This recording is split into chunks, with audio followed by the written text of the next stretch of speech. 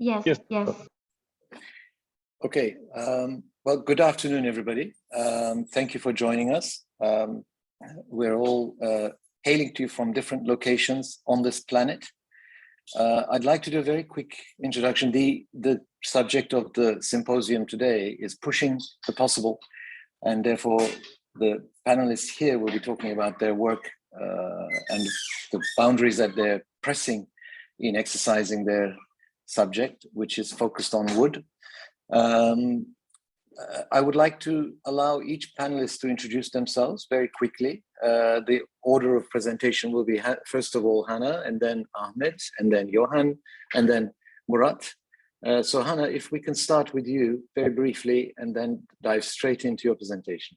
And if anyone has questions, please write your questions down on the chat line, and Elida will be communicating that to me during the course of the symposium, and I will present them at the Q&A sessions. Okay.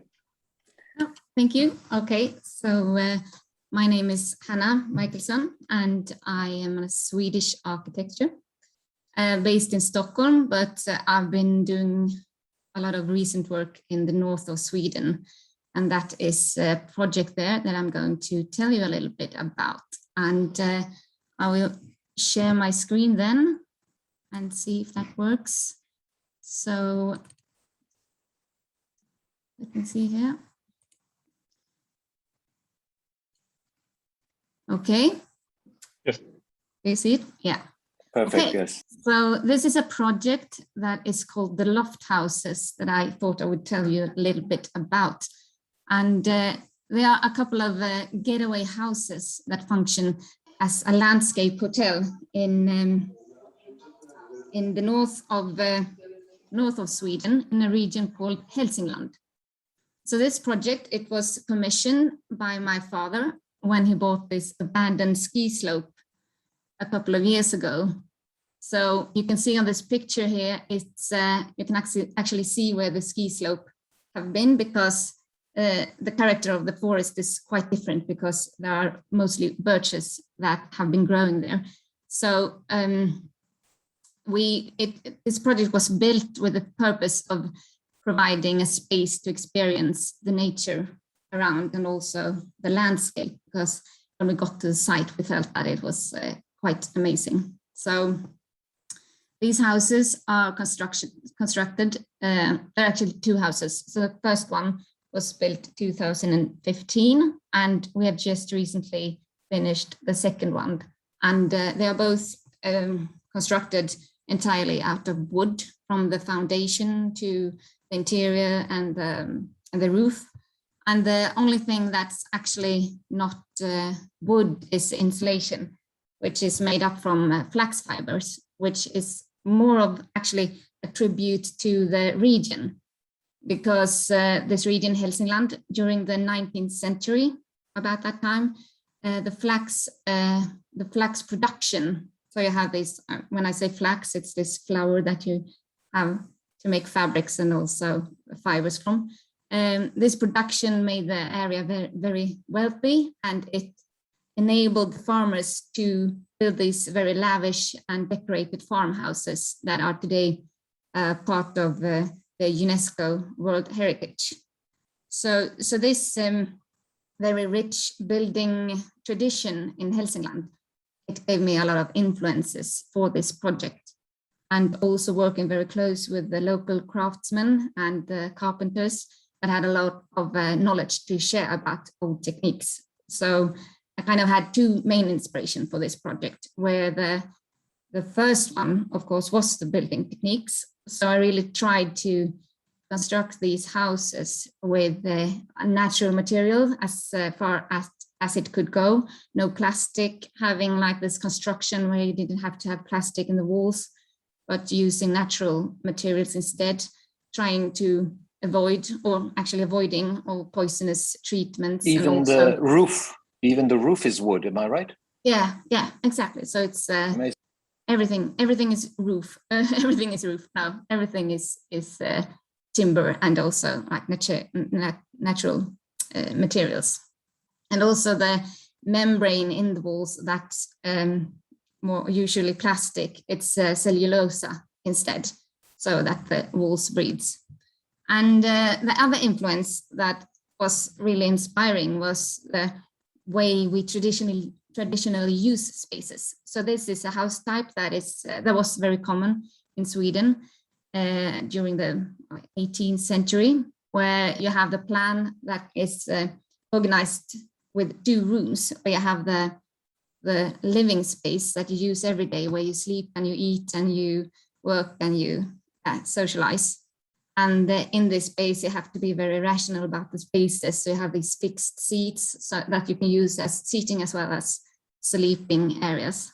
And then you have this additional space that is only heated on special occasions, and it's for guests or it's for feasts. So it's kind of this generic luxury space. And of course, in this time when you have to be more rational about your energy, you spent a lot more time outside. So this was something that also inspired me. With these houses, I wanted to encourage being outside more. So this is the first house, and it's kind of based on this principle, but it's on the vertical instead. And instead of having the cold room being a closed space, I wanted to make it like open. And another thing that I really like about the vernacular architecture is that the structure is very visible and readable in the houses. So this is what I wanted to do as well here. So you can see the structure of the house on top, on the bottom. So here you have the heated room, and then you have the open space on top of the house that is kind of more generic. And then you have the room that I really didn't discover until the house was finished, which was the lower room that is kind of the most nature close room. And here you have the first one. So we really had the ambition, both me and my father, not to disturb the site as much.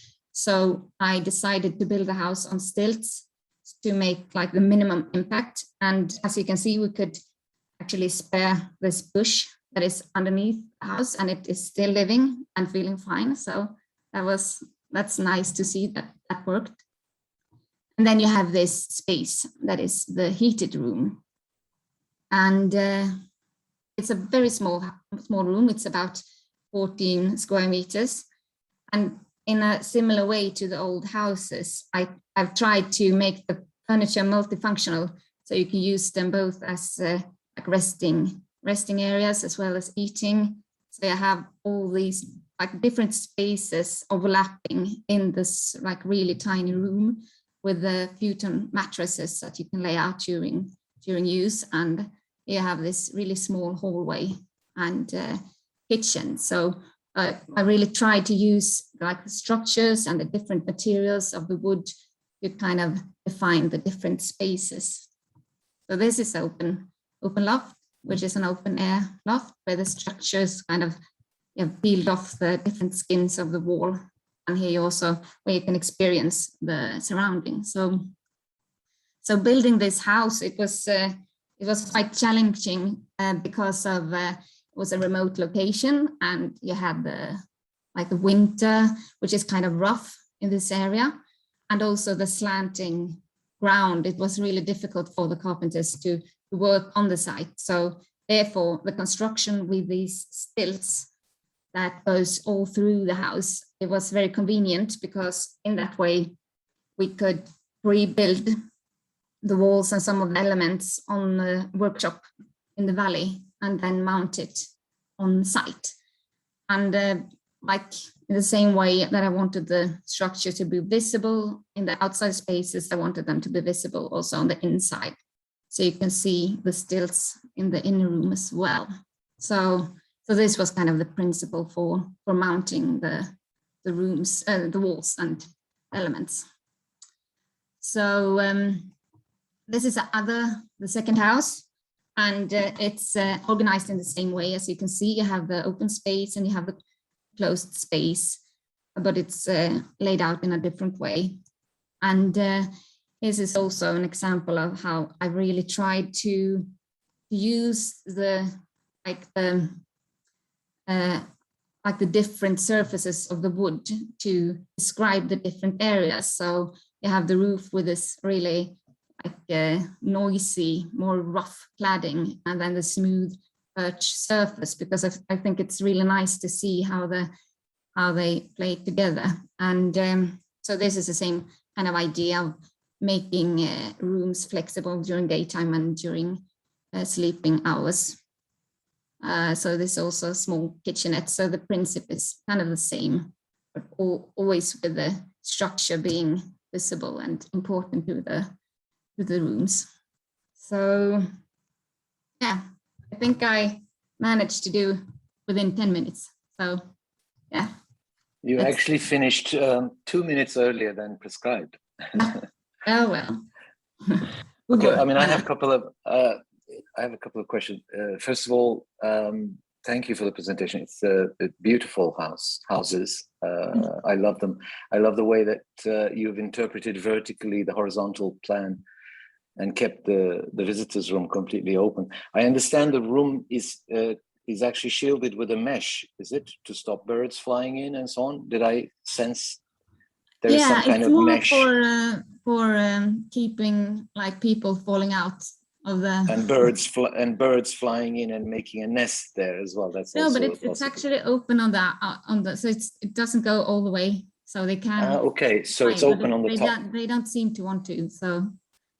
Yeah, but one question is the workers who worked on this, were they individual craftsmen, or was it a slightly industrialized workshop which produced these things in the workshop and then delivered them to the site? How was it? Yeah, no, it was the carpenter Anders mostly that built the first house, and he and his wife built the walls in their own workshop close by. So it was very much hands-on. A very intimate process by the looks of things as well. And they also had this other carpenter that they called the waster, the Slösan, because he dropped all the woods all the time, so they had to buy more. I think, yeah, so it was like a team of 3, and then you had the electrician and like these people doing small things, but most like two people working mostly on site. And the interesting thing is I couldn't see any electrical wiring at all. Everything is completely embedded inside the walls by the looks of things. Yeah. You lost all of the electrics and plumbing and so on inside the walls. What's the inside finish of the walls? What's the internal finish that we saw in the second house, the smooth finish? Is that a plaster finish? Do you mean this one? Or? Yes, like around the bed platform. What's that surface? Yeah, that's birch plywood. It's birch ply. Okay, and the timber in the roof section is pine, or is it? Yeah, pine cladding. Pine. So I really tried to use like different woods, kind of woods, to reflect also like the forest, and that you have like the slope being like a birch forest, and then the old forest being more like fir. So I kind of liked the idea of mixing it also on the inside of the house. Yeah, very beautiful, very minimalistic. It reminds me of a Japanese tea house. Yeah, as much as a Swedish country house, I think. And the teapots in the photograph on the upstairs reminded me of that as well. You also have a tea drinking tradition probably in Sweden. And well, I think most of us drink more coffee than tea, but definitely more of that. And the pottery here, it's actually my mother who's a potter. So she's have made, so it's very homemade, everything in a way. Beautiful. There's a question from Esin Aydemir, who is one of the people who are watching. She would like to just ask about the energy efficiency issue. How do you keep it energy efficient? Where does energy come in? How is it lost? And how did you do that equation? What's the equation there? Yeah, well, that was really like a balance, because we didn't want the houses to be too big. So we wanted to keep down the thickness of the walls, so they are not very thick in that manner, but instead we have like really small rooms. So that was the idea, to keep the rooms small so that we wouldn't have to heat them as much. And the other aspect of it is that having this construction without plastic allows the house to be colder than the outside, because to have plastic in the walls, it works when you always have the inside being warmer than the outside. But if it's the other way around, it becomes a bigger problem for the humidity in the walls. So by doing it in this way, it seems very like old school, but we have Wi-Fi, so we can turn and we can switch on the heating on remote. So we only heat it during like visiting, and when people live here. Is it electrical, the heating? Yeah. So you had to bring electricity to the house from somewhere. Yeah. So we have electricity, but we don't have we don't have water. So the water is being brought there by tanks. So we have tanks for it. But we have electricity also for the toilet, that is a combustion toilet.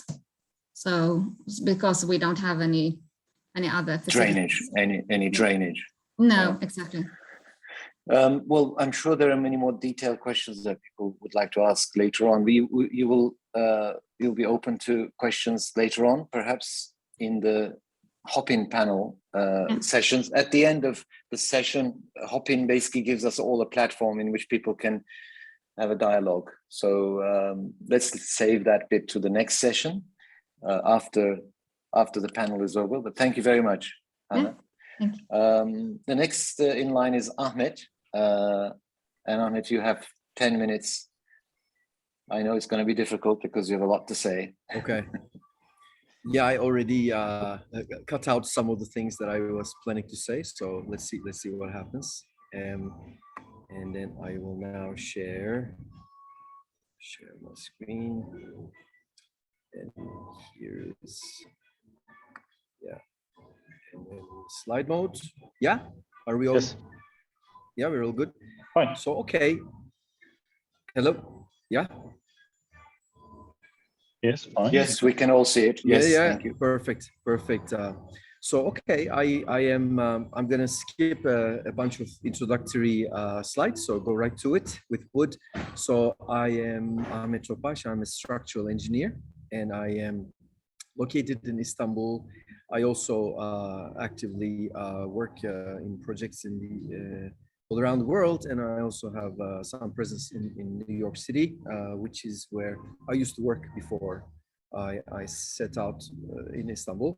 And timber, although we work with a lot of different materials, timber is constituting a major part in our work, and we have been building big and small for the last 13 years under the name Attec, which is a company I founded, and from single-family homes to museums and institutional buildings, which I always try to find something interesting to do, try to catch a structural edge or a sustainability edge, and then develop local resources, local production capabilities, and collaborate with great architects like Murat, who's also here.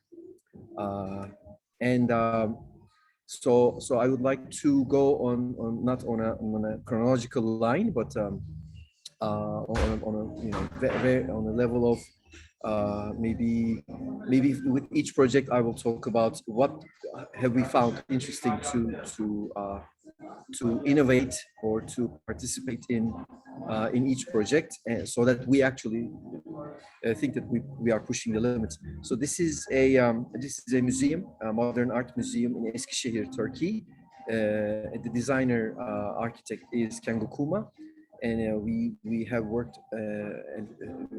on the structural timber facade, which is only carrying itself. It's not carrying any floor loads or whatsoever, but it has up to 60-meter spans, and it's exposed timber stacked in a traditional manner, like the old houses in the region. And what was really interesting about this, I'm going to go really fast on projects because I want to talk about maybe 6 or 7 projects. Of course, collaborating internationally and bringing this really high quality design in Turkey was one of the challenges. But also, what we try to accomplish here is to develop and the capacity of Turkish high quality structural timber and glulam, because we do have some capacity. Compared to Northern Europe or Central Europe or North America, it's really very low on resources. However, we have some really high quality producers which are not certified and which are not third party controlled. So what we tried to do here was in addition to designing all the facades for the structural aspects of it, and also the steel and whatnot, this main structure, we also got into the detail of fabrication and production controls, because like I said, the glulam production was really not it's how do you say, it's not every piece, not every batch is produced. They, the fabricators, the factories buy all the machines, but they are really not making the third-party controls in a very organized manner. So we also studied the codes, the European norms, and also helped them on that. Of course, it wasn't perfect. I would say we achieved like 80% success. If you go to the museum, you'll see some here and there some cracks which are delaminations on the wood, and those are the ones which we couldn't, which kind of slipped our eyes, or sometimes people didn't listen to us. Here is a totally different. Yeah. Okay, so here's a totally different scheme. Is a single family home in Urla, on which we worked with Şanal Ark, Murat and Alexis actually, and this is innovative and actually pushing the limits, because the owner is a really huge fan of not sniffing glue in the house. So he really didn't want any OSB or MDF or plywood panels.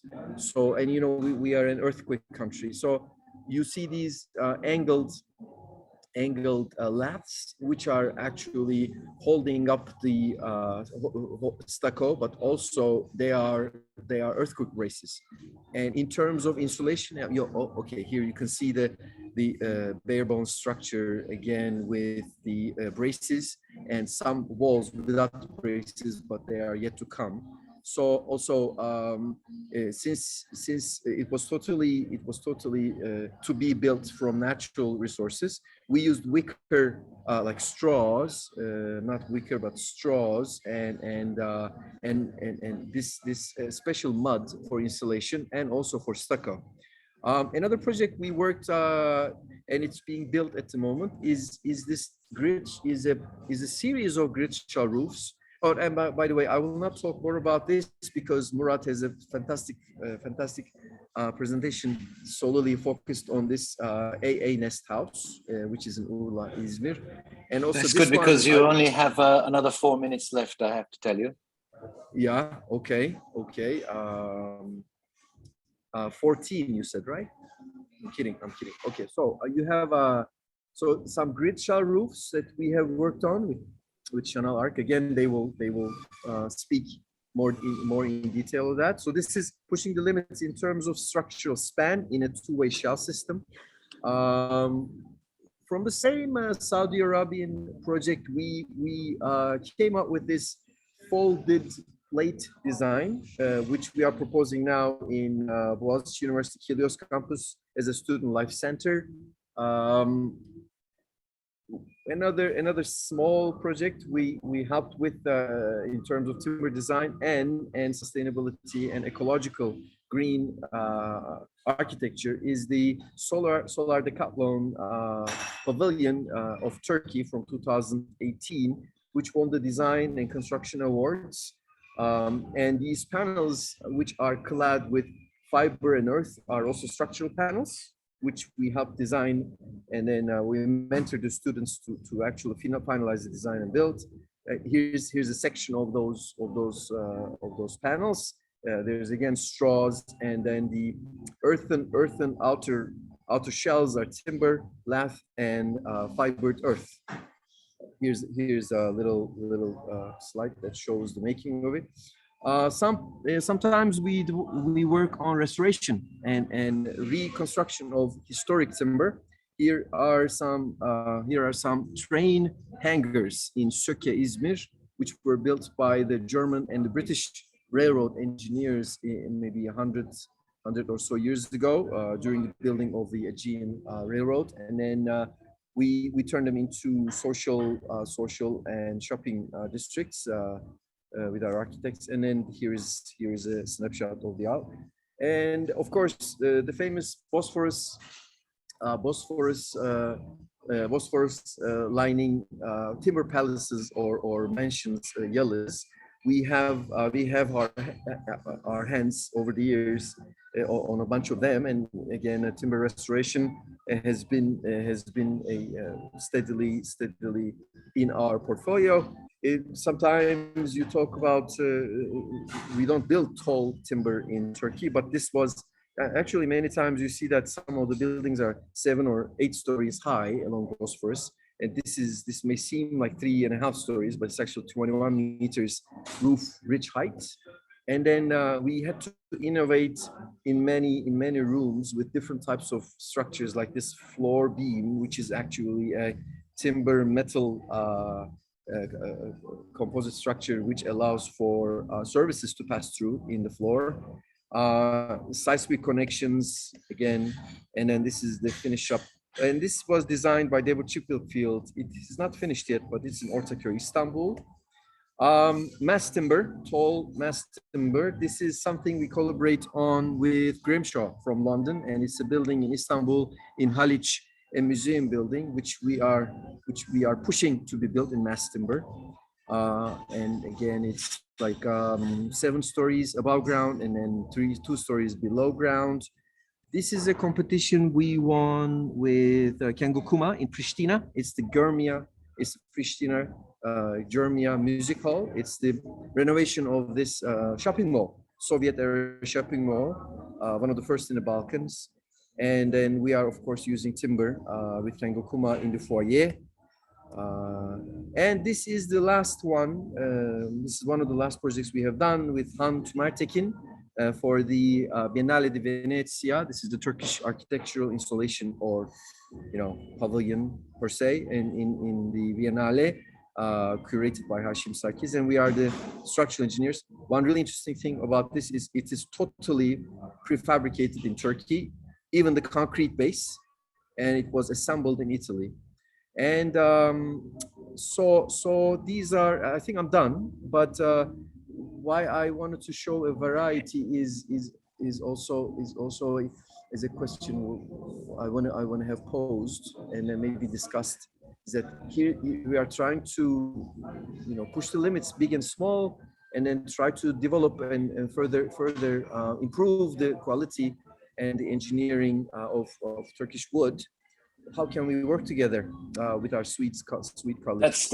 That's the main question, isn't it? Well, I have a question for you, which is pressing on my mind. I mean, when I discovered your work, I was very, very happy, Ahmet. I as an architect in Turkey, I find myself often frustrated by the fact that Turkish engineers are not really assimilated to timber at all. Is timber as a structural material taught in Turkish engineering schools sufficiently? Were you taught as a Turkish engineer, or were you educated abroad about this subject? What's the situation in education here in relation to timber?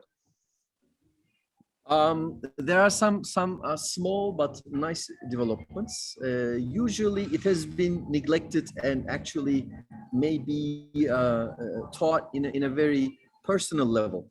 In the 60s or 70s, with the dissident German professors taking place in technical universities, especially Istanbul Tech, timber had a revival, and actually we had a nice engineering code in the 70s, 60s and 70s. However, after that, the classes, I think, never ceased to exist, and now we don't have special timber.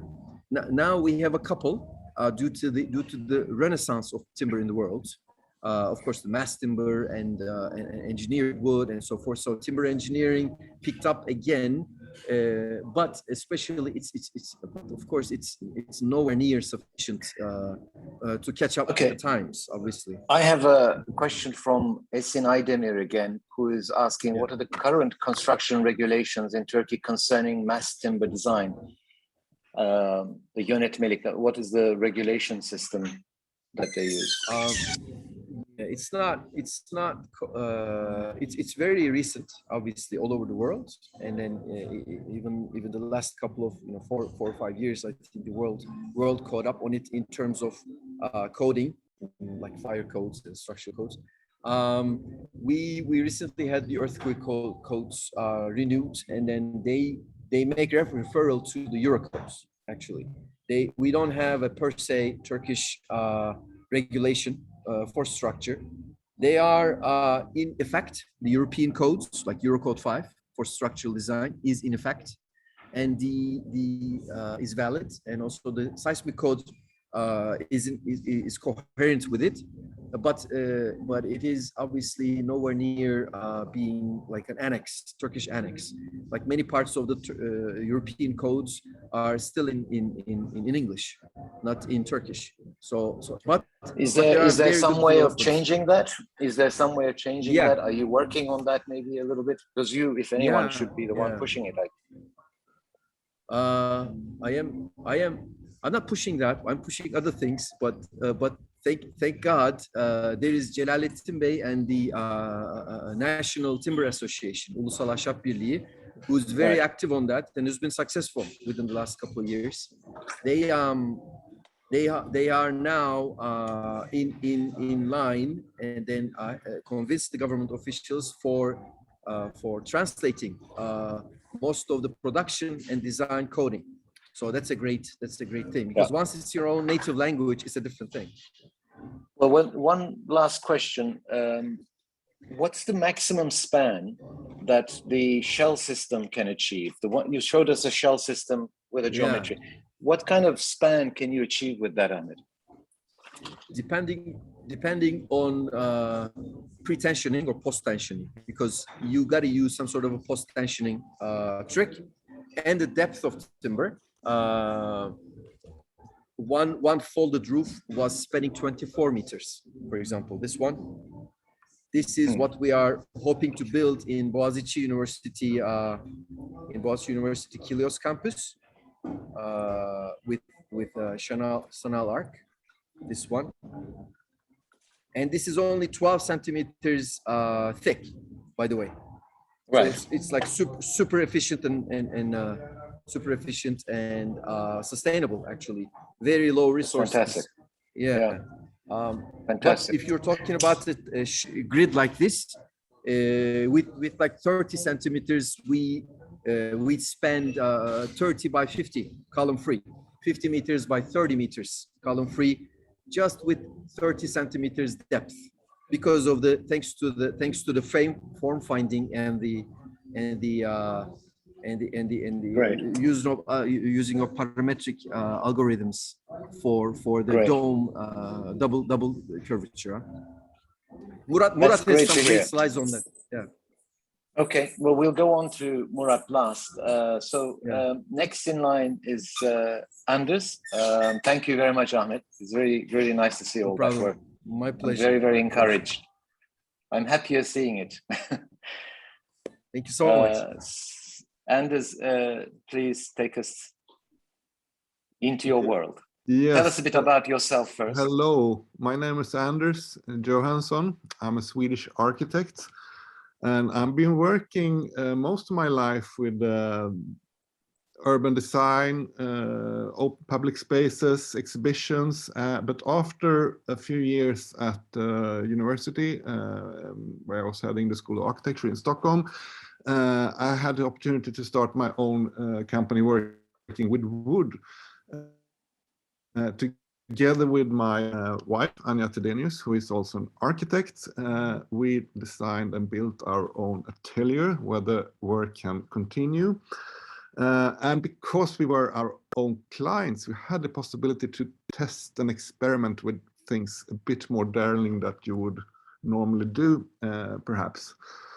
And today I will show that building that was awarded the Swedish Wood Award recently. But I thought would be nice also to try something here. And with wood, you have all sorts of connotations or overtones, as I would like to think about them as. And a thesis may be that those overtones or connotations are best promoted by quite toned down design, a simple design. And let's see if that would make some sense now. And I will share my screen and hope that this works. You are with me. This is a picture of the area around Stockholm in Sweden, taken around 10,000 years ago, when we had a massive ice age that actually lasted for many hundred of thousand years, and it was a layer of 2 kilometers of ice over Stockholm that pressed down the ground. So when the ice eventually vanished 10,000 years ago, it created large lakes, and when they dried up, or rather when the land rose again, it created a typical Swedish moraine landscape. And you could see to the left what was left of the seas, that is now the farmland, and to the right hilly landscape where you have the forest, but where you also have the buildings on this edge, where you also typically find the roads in Sweden. It looks like this more or less everywhere you go. And this forest, now this is a deciduous forest with leaves, and typically it's like spruce and pine in most of Sweden. But of course, it's a lot of processes involved here of many different sorts. And the question is, can you carry these processes, or the kind of thought or memory of them, with you through the process? Here is where we get the timber from. Behind you see also a little bit how the forest typically looks like in Sweden. And to the wood, and here you see already a lot of things. You see what kind of wood it is, of course. This is pine, Norwegian, yes, pine. And you see how the climate was, how old, of course, the tree is, and how it is treated in the manufacturing, with the cracks and perhaps bending of the wood when it dries. But you have also other things like the rustling and falling of leaves, and trees that give food and life, but also death of itself and decay. And you have heat and warmth, but also fear for destruction, and transformations that bring in wood into totally different realms, as in this artwork. So can you keep these connections, connotations with you? Here you see an old barn, traditional Swedish barn from the end, I guess, of the 19th century, if I guess. And you have this volume, but you have also the light shining through the wood boards. You have certain humidity, perhaps. You have the tactility of the wood, and you see all the cracks. All these connotations, can you somehow bring them with you? And that's a little bit of our attempt. And this is our design of our atelier. It's a fairly small building. It's 22 meters long by 7 meters, and it's essentially one room. And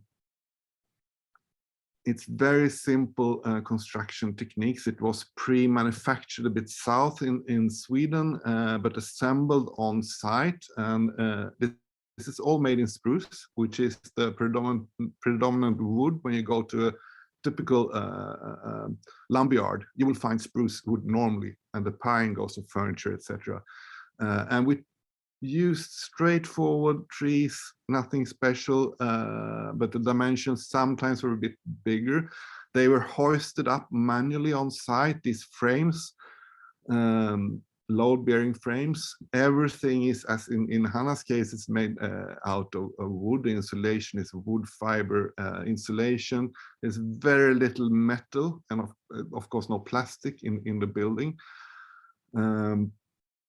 The windows, they are screwed directly into the load-bearing construction. Here you see the shutters from outside that creates a little bit sometimes of this kind of light shining through them. You see also here that we have no panels covering up meetings between two different members of the construction. The electricity is on 3 meters height, visible, although you should not really see it. And it's kind of pendled down with a socket with an extension cord. The sink table is made from leftover timber from the construction, really simple, and of course very cheap to do it like this. See here, yes, and outside it looks like this. So we can walk around the building. We treat the outside, our site, as some kind of landscape that is let alone pretty much. Whatever wants to grow there will also grow, and we keep what we like, and sometimes we take things away also. But it's kind of wild terrain in a way. And on one end, we have this huge gate that allows you to have sun in summers in the afternoon, but also bring in and out heavy equipment and stuff. And inside, it looks like this. So you have this kind of ambience of wood. We can continue walking inside. We have a loft, as you can see, which is the sleeping place. And this is actually both. It's one room for living in, but also working in and playing in and having parties in. Everything occurs in one room.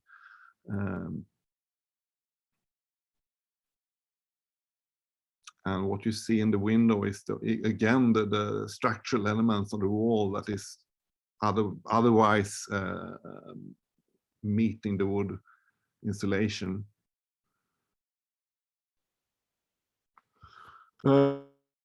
Here's the work. We use this as a prototype atelier where we test build mostly actually furniture. So we build our own furniture, which are also then put in production slowly now. So desk, and to the right, cupboard. They are mostly in pine, sometimes in spruce also, and almost everything is made still from leftovers from the house production. But this is also really simple from what you can buy in the lumberyard, the simplest wood. Or to this, sometimes very oversized furniture. I like to use just one profile of wood in each type of furniture. Here we have the family, our small family with our son Alvin also. And you see the opening of this gate, and it also looks like this on every summer day. So yeah. That was my presentation. I stop sharing now. Very nice, very beautiful. I envy you very much, living and working in such a context. The interior must have a wonderful aroma as well. Yes. Of the wood. There are one or two questions that were previously asked, but I'll ask them now. So one question was about method of protection. A lot of the psychological issues around wood in any country actually is about protection. I find myself struggling even in Africa where wood is plenty available. But one of the things is termite issues. You know, wood can get attacked by termites. How do you protect the wood for that? And also, how do you finish the wood? As far as I can see, there is no finishing on the woods. Am I correct? There's no finishing. We don't have a serious termite issue in Sweden, luckily. So there is no painting, no liquid of any kind of sort on either inside or outside. And we think that sooner or later the facade will be decaying, but it will take many years, and then you just have to change the facade.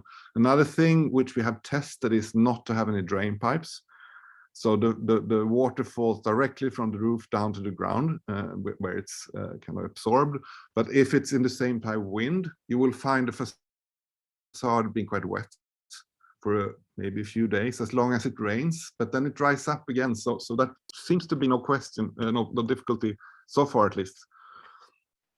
So what's the lifetime of the wood? You said it would decay. How long before you'd have to start changing the outside? It's difficult to say, but I would say at least 30 years is my guess. If it allows to dry up afterwards. Yeah, and the key issue is to allow the wood to always dry. Yes, that's not very, very allow, important. Otherwise, I moisture. think you have only a few years to go.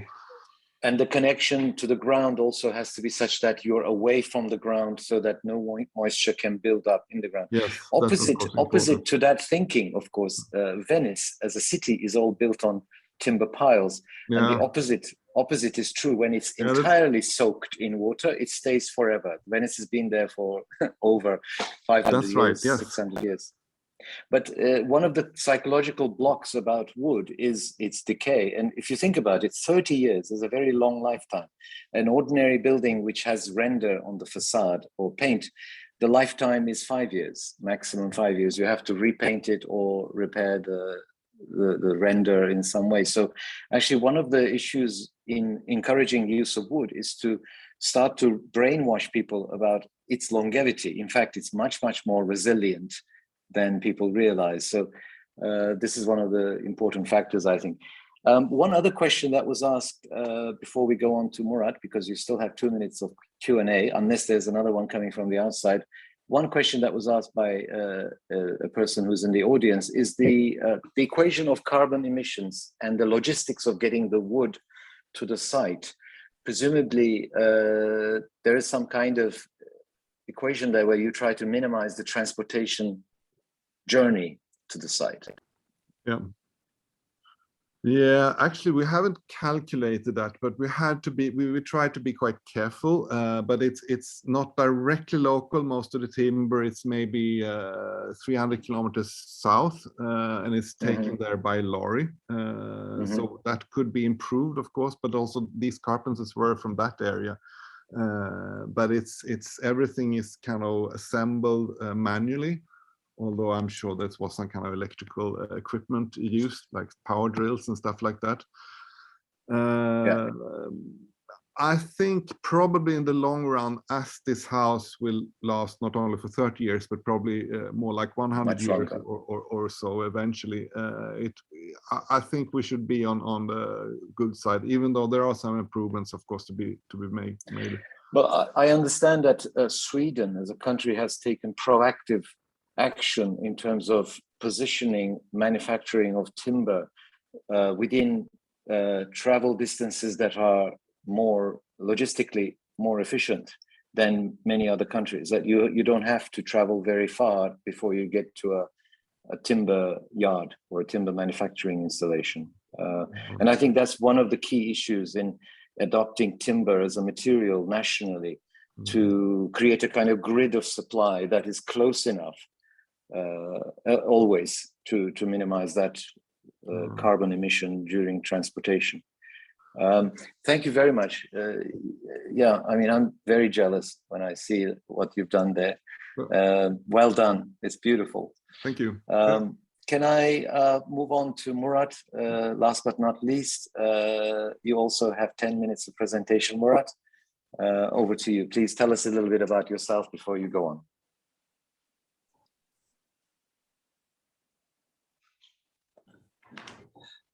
Hello, welcome to everybody. it's very inspirational to see all the work. Our studio, Şanal Ark, was founded in 2002 with Alexis and myself. And Şanal Ark is a knowledge-centric and practice focused on civic and civil architecture research and city design. And we are situated in Istanbul. And we explore how unique qualities of place intertwine with technology, art, and social life that generate distinctive and expressive environments. We like to intensify space, celebrate their natural environment, and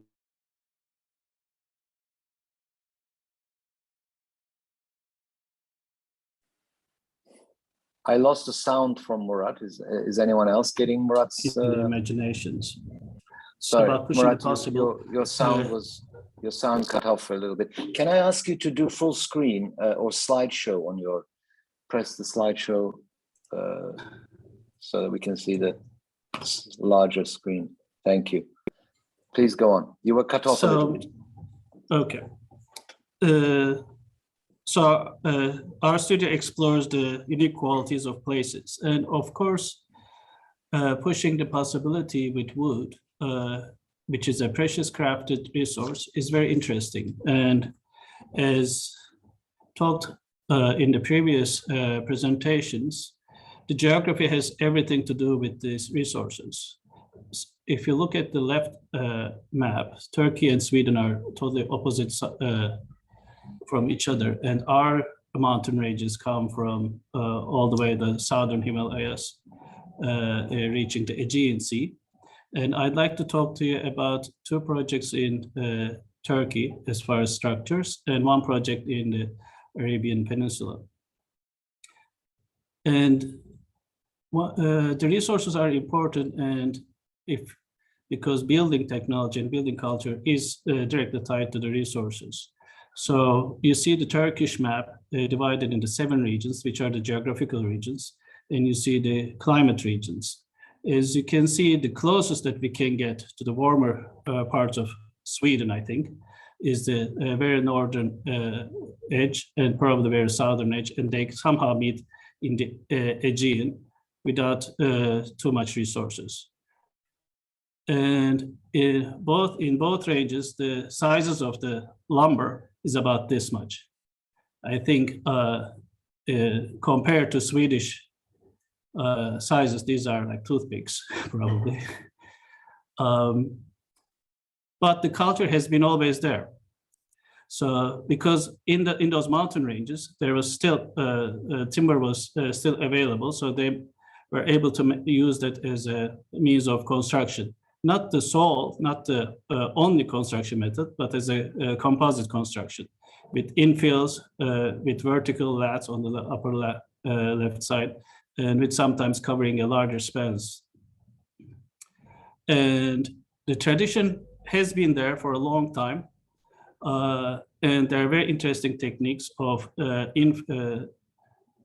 vertical studs with infill brick, sometimes wood, sometimes waffle system, and sometimes bringing them out as features, and sometimes on the upper right corner as a dry storage system.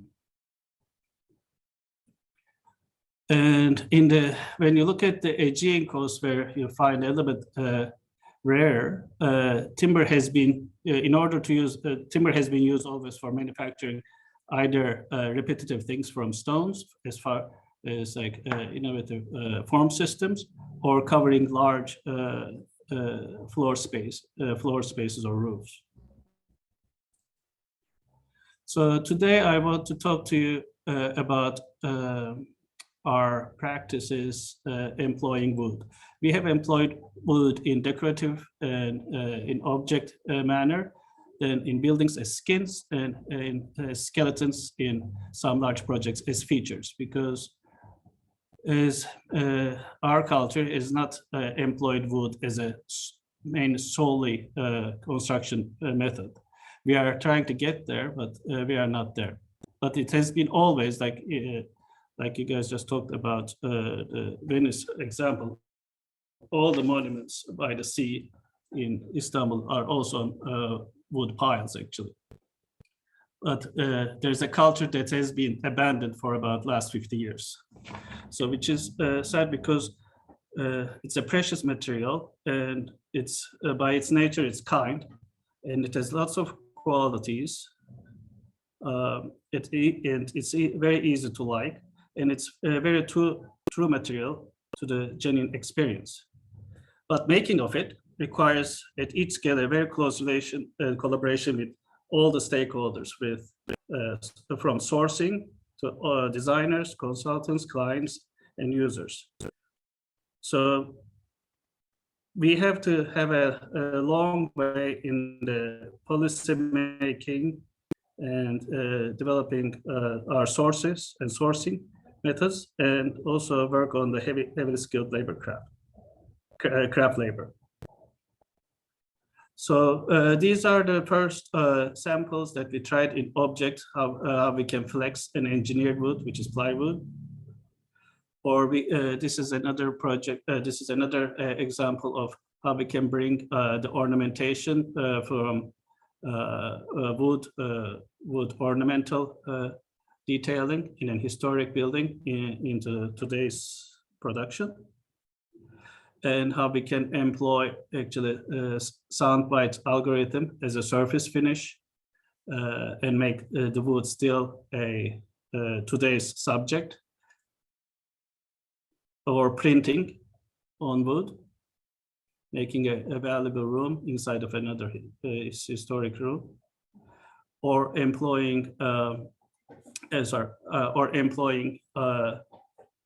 of the major elements in a specialty contractor's main spaces.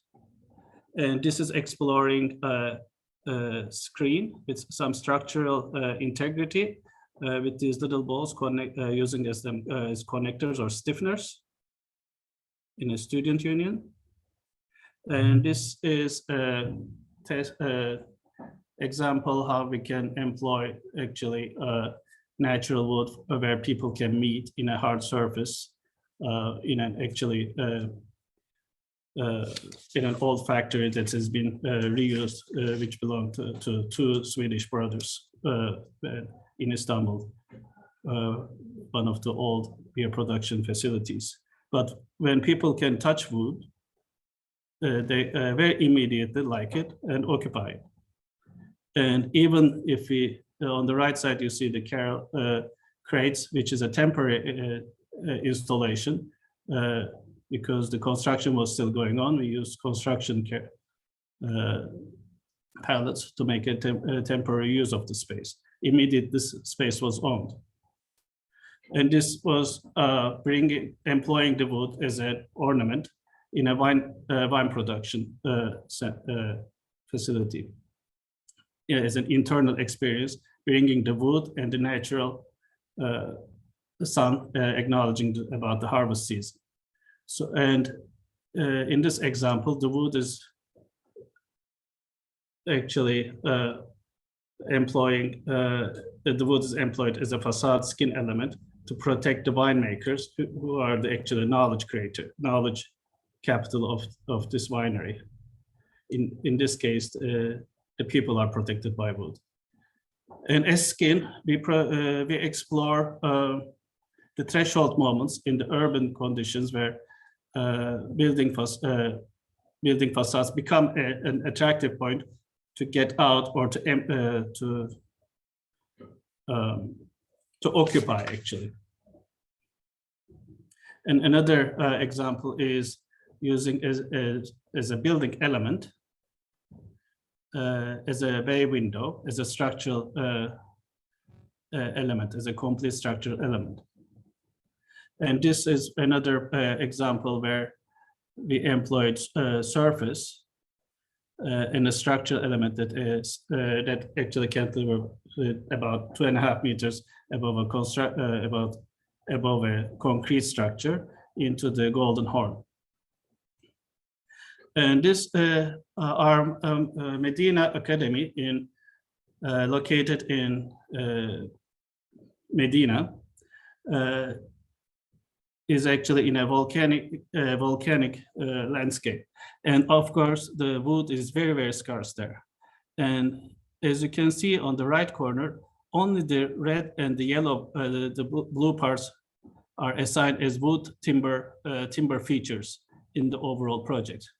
And we developed pre-made manufactured social timber stairs and sport halls diagrid systems, which we were able to create with this dark brown nodes. And eventually we were able to optimize them to about 16 varying nodes. And on the other hand, I would like to talk to you about another project that Ahmet also mentioned, is a farmhouse in the Aegean plateau, inland plateau.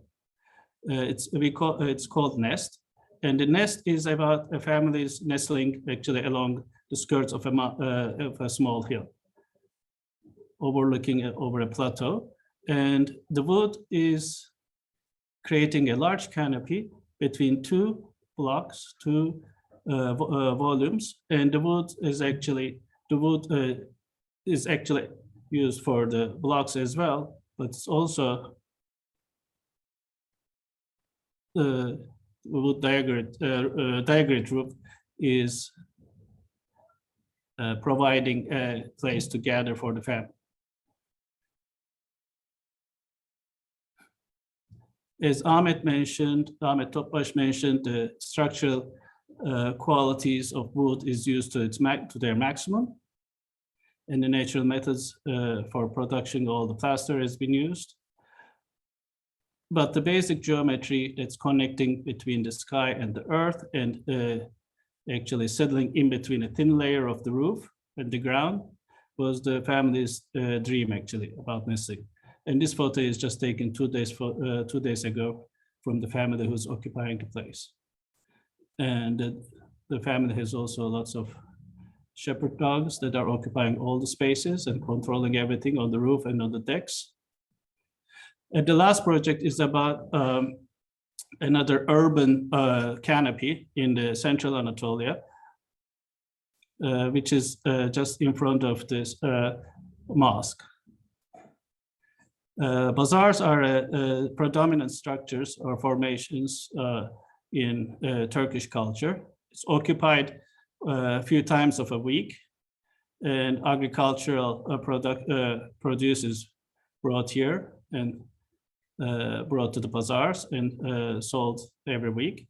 But also these spaces are used for a lot of different, it can be used for different gatherings as well. So it's a place to get that people can use for different functions. In this project, we just finished the documentation, and with Ahmet, we went through a variety of structural systems, how we can employ wood, only a wood canopy, so we can find a specialty contractor, because of our economy and our industry has limited resources in the wood knowledge. We have also the challenge about finding good and skilled craftsmen and contractors, obviously. Craftsmen we can slowly find, but the contractors are typically generally a problem. And this is going into the bidding, and our next challenge is to find really skillful contractor to build a large canopy, urban canopy that has solar harvesting panels on top and a big, large wooden diagrid, folded wooden diagrid system that Ahmet designed carefully. It actually also putting in some steel reinforcements into the gutter systems. So all these features, features, canopies are bringing us into trying to bring us in a natural environment together. Wood production is a knowledge-centric production. Investing in knowledge is an expensive method, but it provides a wide horizon for all of us. Making the wood has countless benefits, as we all know, Production with engineered wood even requires more knowledge. In this region, building with wood needs to be a valid convention again, not exception. All the examples I think Ahmet and I showed are mainly exceptions in this region. And I hope we can make the more conventional. This symposium and efforts in around wood and wood life needs to produce many baby steps in the future. And I hope policy, educators, economics, insurance systems, awareness and branding will develop accordingly. So we have a long way to go. And I look forward for wood life to construct sustainable bridge between two cultures. Thank you very much. Thank you very much. Thank you very much, Murat. I think that was an excellent conclusion to the panel. I'm sorry it was very rapid fire, but I think it worked. We went through a lot of projects and saw a very wide variety of ideas there. And I'm encouraged, not only because you, Murat, are pushing these boundaries, but also because there is an engineer like Ahmet who is around to help you push those boundaries. Because unless there is a fully coherent team available to you, it's very difficult to push the boundaries, especially with the clientele. Getting across the psychological barriers is one of the first steps. But I find the biggest step is the convention of material. You know, in Turkey specifically, and excuse me if I focus on Turkey rather than Sweden, because you guys are already, you're off, you're fine.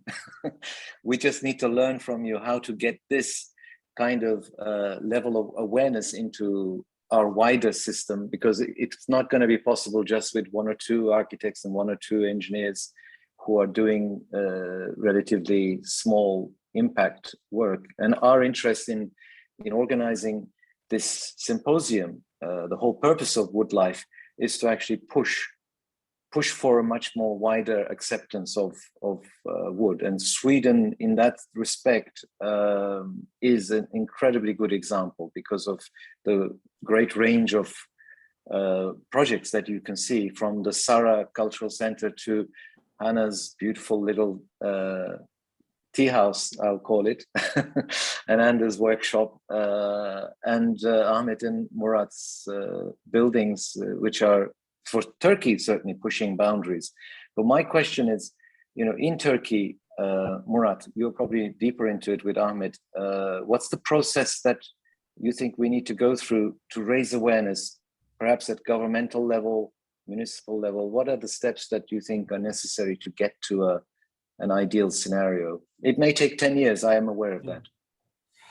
I mean, this symposium is excellent.